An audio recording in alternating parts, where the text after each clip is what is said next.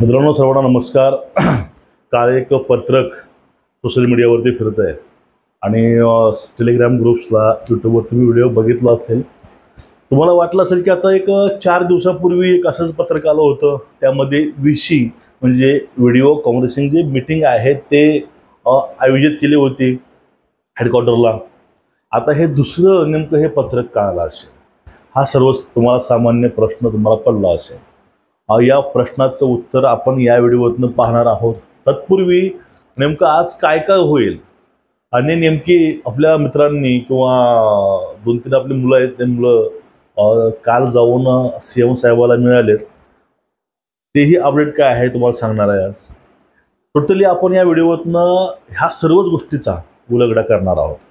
बघा, आता प्रथमतः त्या दिवशी जी मीटिंग झाली होती ते मीटिंग काय होती, आतापर्यंत 2-3 पत्रकं निघाली होती। त्यापूर्वी पत्रक असे होते की रिक्त जागेचा अहवाल मागवला होता, बदली अहवाल असेल। बघा, डिपार्टमेंटमध्ये 3 ते 4 प्रकारामुळे जागा ह्या रिक्त होतात। पहिलं आपत्कालीन निधन असेल, सेवानिवृत्ती असेल, नंतर जिल्हा बदली असेल आणि पुढलं बढती असेल। ह्या 3-4 गोष्टी आहेत, त्यामुळे जागा इथल्या रिक्त होतात आणि ते रिक्त पद हे मागवून ते भरावे लागतात, कारण डिपार्टमेंटमध्ये हे रिक्त पद हे ठेवता येत नाहीत 6 महिन्यापेक्षा जास्त दिवस, हा नियम आहे।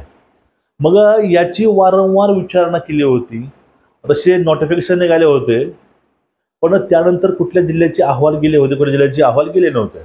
मग याचा आढावा घेण्यासाठी ती आढावा बैठक होती, ते पण व्हिडिओ कॉलवर आहे। मग आता हे काय आहे नेमकं, मग ते जे हे होती मीटिंग ते अवलंबली होती कोण, आताचे जे अवलंबले आहे ते म्हणजे जे प्रशिक्षण व खास पथकी आहे त्यांचे जे अतिरिक्त आयुक्त महासंचालक आहेत त्यांनी हे अवलंबले आहे।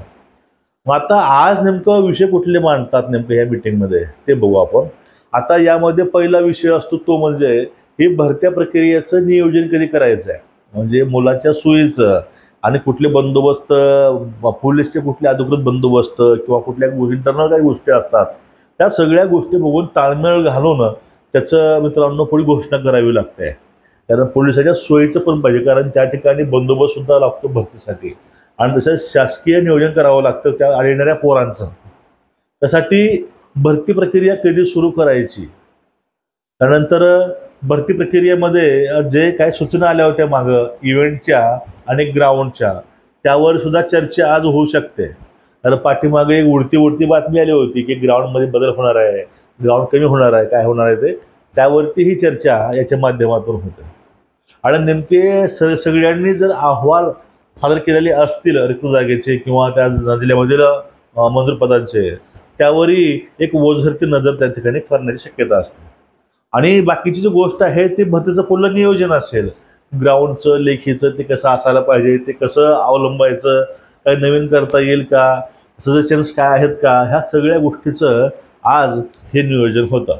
आणि याच्यावर चर्चा होऊन हे नियोजन अधिकृत करून हे एम्प्लॉयमेंट करायचं। त्यानंतर एक शुद्धीपत्रक निघतं, ते म्हणजे भरतीचं कुठले काय नवीन नियम चेंजेस काय आहेत का, नवीन काय रूल्स आलेले आहेत का, काय नवीन सूचना आहेत का, ह्या सगळ्याचा परिपाक म्हणून एक नवीन पत्रक पुढे येण्याची शक्यता आहे। त्या माध्यमातून जी काही माहिती मुलांपर्यंत पोहोचवायची असते, म्हणजे प्रेस नोट करून ते त्याच्या माध्यमातून जाते आणि एक नवीन नियम येतो, तो म्हणजे महाराष्ट्र पोलीस अधिनियम 2025, कारण आता 25ची भरती आहे।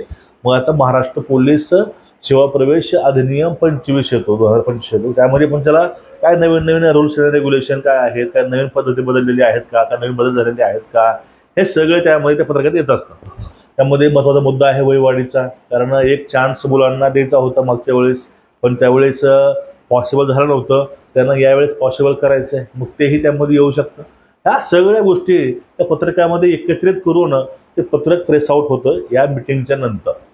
आणि आता आपले त्या विषयाकडे वळूया की आपले जे मुलं आहेत ते मुलं त्या ठिकाणी गेले होते, जाऊन ते सीएम साहेबाला भेटले जाऊन, आणि त्या मुलांची नेमकी मागणी काय होती। त्या मुलांची मागणी अशी होती, त्यांच्या महत्त्वाची मागणी अशी वयवाढीची होती। ते वयवाढीचा मुद्दा मागे सॉल्व्ह झालेला आहे। पुढला मुद्दा होता की आता या महिन्यामध्ये म्हणजे एप्रिल मे मध्ये फॉर्म भरून घ्या आणि भरती प्रक्रिया ही सप्टेंबरला राबवा।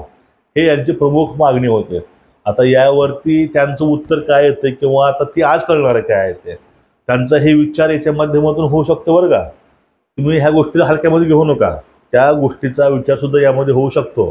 कारण मुकुल किनकर हे नेहमी त्याच्या बाबतीमध्ये हे पुढे असतात, अग्रेसर असतात त्या गोष्टीसाठी, वयवाडीचे असेल, भरती प्रक्रियेचे असेल, आणि त्यांच्या याही प्रयत्नाला यश येऊ शकतं, शक्यता नाकारता येत नाही. ते आज सगळं काय ते आज कळून येईल आपल्याला नेमकं काय होणार आहे, नेमकी पुढली प्रक्रिया कशी असणार आहे याचं पूर्ण काय आहे ते आज ह्या मिटिंगच्या माध्यमातून गोष्टी समोर येतात. दुपारी मिटिंग आहे आज, याची अपडेट पण मित्रांनो येऊन जाईल रात्रीपर्यंत, पण यावरती व्हिडिओ आपण उच्चाला घेऊन येऊ सविस्तर काय आहे ते. ठीक आहे, हा व्हिडिओ शेअर करा. आणि आपण एक काल मोटिवेशनचा व्हिडिओ पोस्ट केला परवा दिवशी, जाऊन तुम्ही तोही व्हिडिओ बघून घ्या. कारण आपण मोटिवेशन स्टोरीच्या माध्यमातून तुम्हाला इन्स्पिरेशन द्यायचा प्रयत्न करत असतो. ठीक आहे, जाऊन तुम्ही व्हिडिओ बघा किंवा तुम्हाला शेवटला मी व्हिडिओ लावतो. ठीक आहे, नमस्कार.